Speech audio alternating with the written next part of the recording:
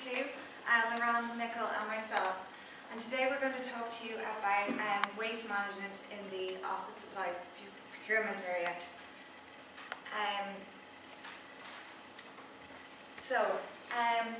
We're going to examine in detail how much waste costs IBM and identify areas that they can reduce this.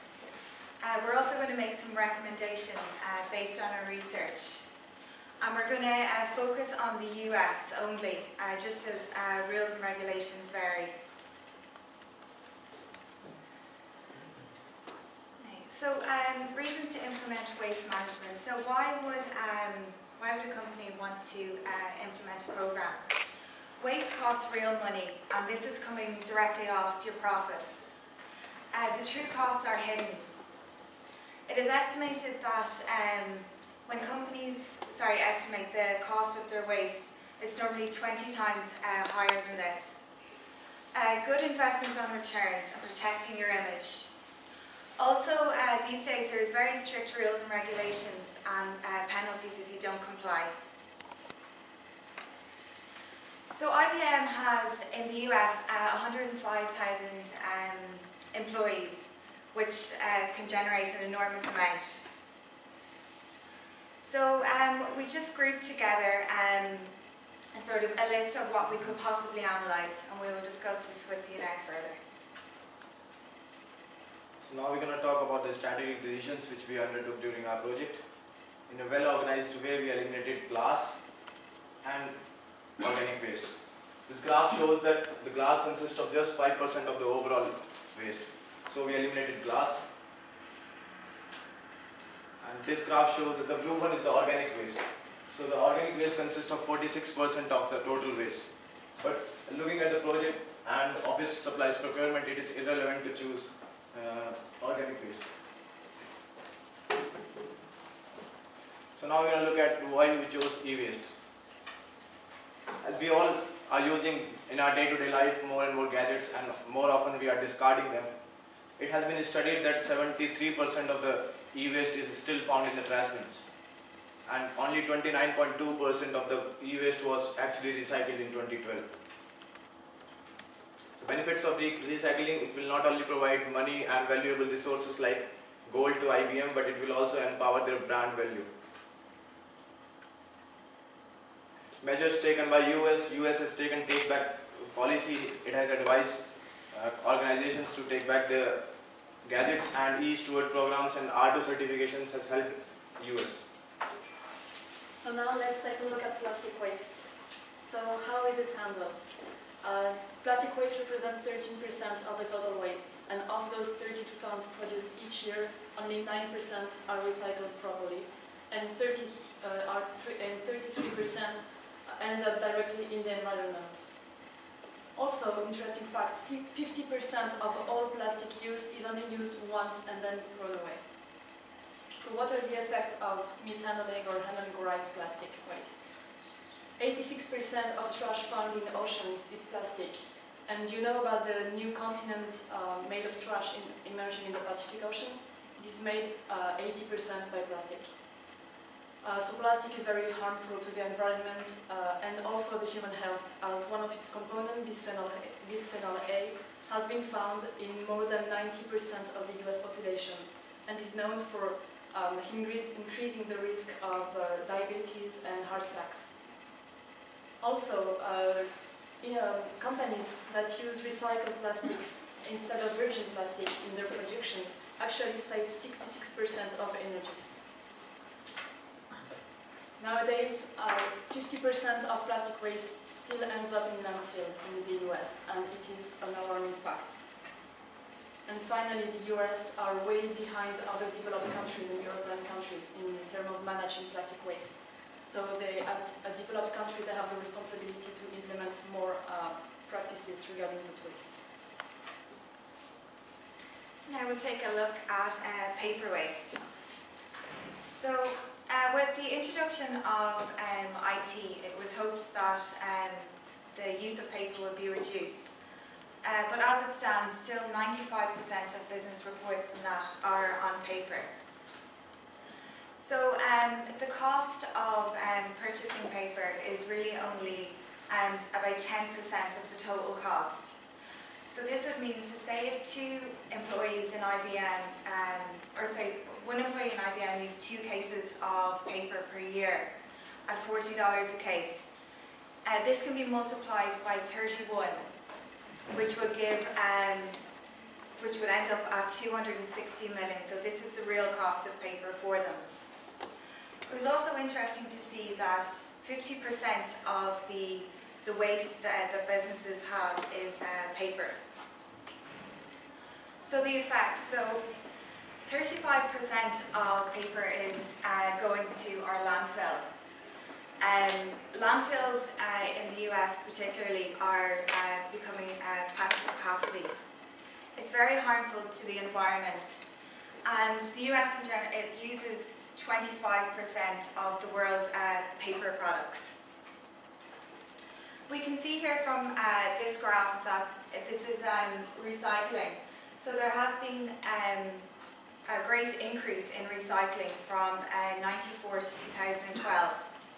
We're now at a rate of about 66%, and the goal is to reach, this is by the EPA, a goal of 70% in 2020.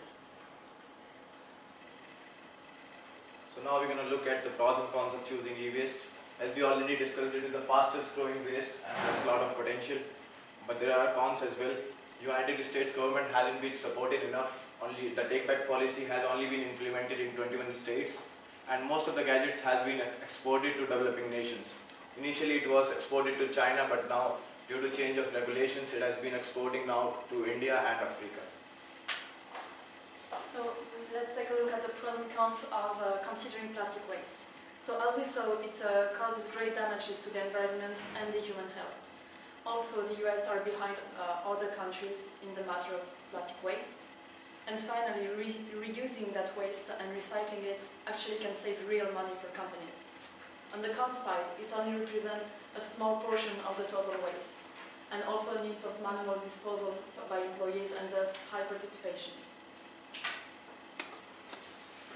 And then we'll have a look at the pros and cons of paper waste. So, as we said before, 35% of the landfills is filled up with paper. Recycling will reduce waste management costs. There's been numerous programs introduced by the EPA, and a lot of these are no-cost or low-cost programs which are simple to implement. Recycling, especially in the States, is very well advanced, so we felt that maybe this was something that IBM already had in place. So we put all our data into this weighted table, and it came out that we were electronics there. This is the area that we're going to focus on for IBM. So now that we know what type of waste to work on, let's see what type of program would suit best IBM. First option would be to recycle plastic.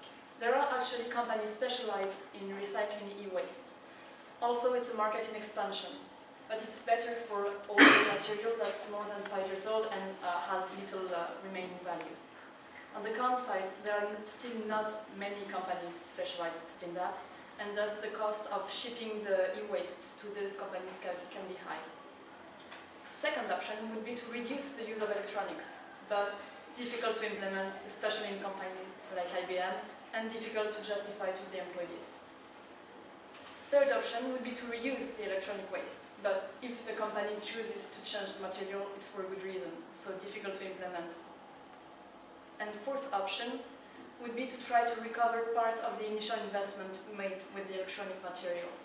That means wiping clean the material and then selling it back to employees or other companies. And there are actually numerous potential buyers all over the US. On the con side, security measures can apply, especially in big companies, so like IBM. And also the material has to be in good shape to be sold.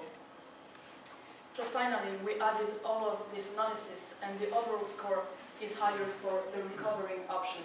So that's what we're going to focus on. Now let's look at where should we implement this program. It can be implemented at company level, department level, and office level. And let's look at the pros and cons of company. Obviously, collection and reselling of the electronics will be easy at the company level, and the bargaining power of the IBM will be high, as well as centralization and mobilization of the employers will be high. However, there is a need of one person who needs to manage it and sell it, and there is need to create a particular spot where all the electronics can be disposed.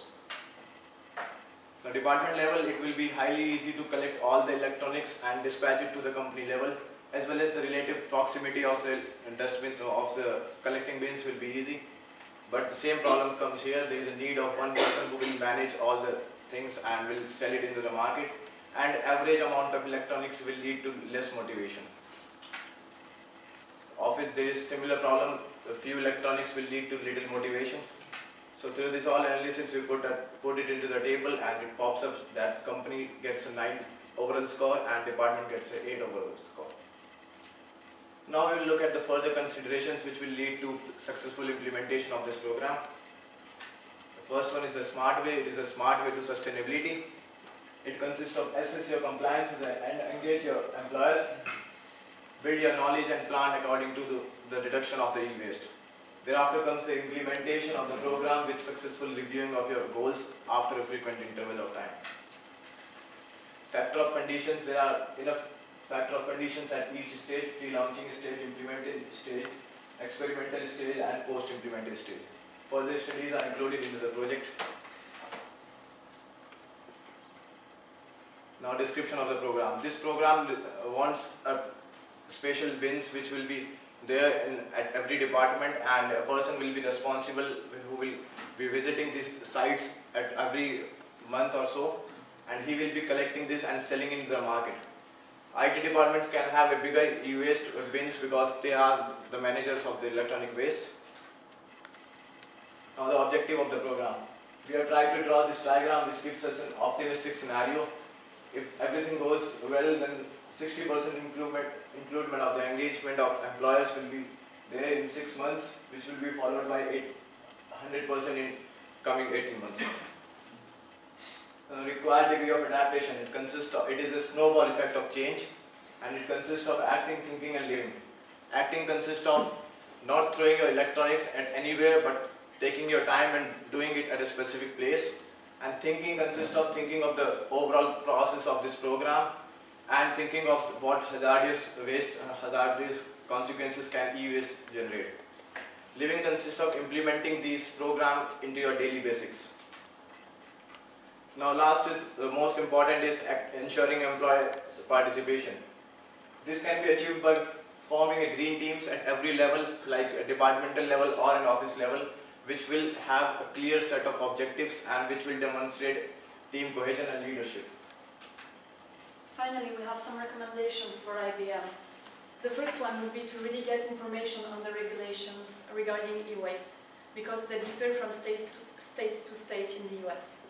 Second point would be to plan and communicate properly, and also prepare the field with the procurement department and the IT department, so as we spoke in the previous part. Also, find a recovery operator. That would be subcontracting a third party. That would be the link between IBM and the buying companies for the e-waste.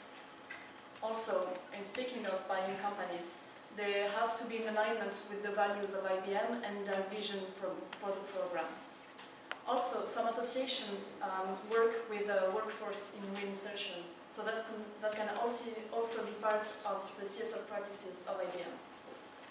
Last point is really, really important. It would be to constantly innovate and improve the program, like each year, by implementing it to other sites in IBM, or by adding new types of waste to the program. It could be seeing the program not as an end, but as a mean. I would like to thank you very much for your attention.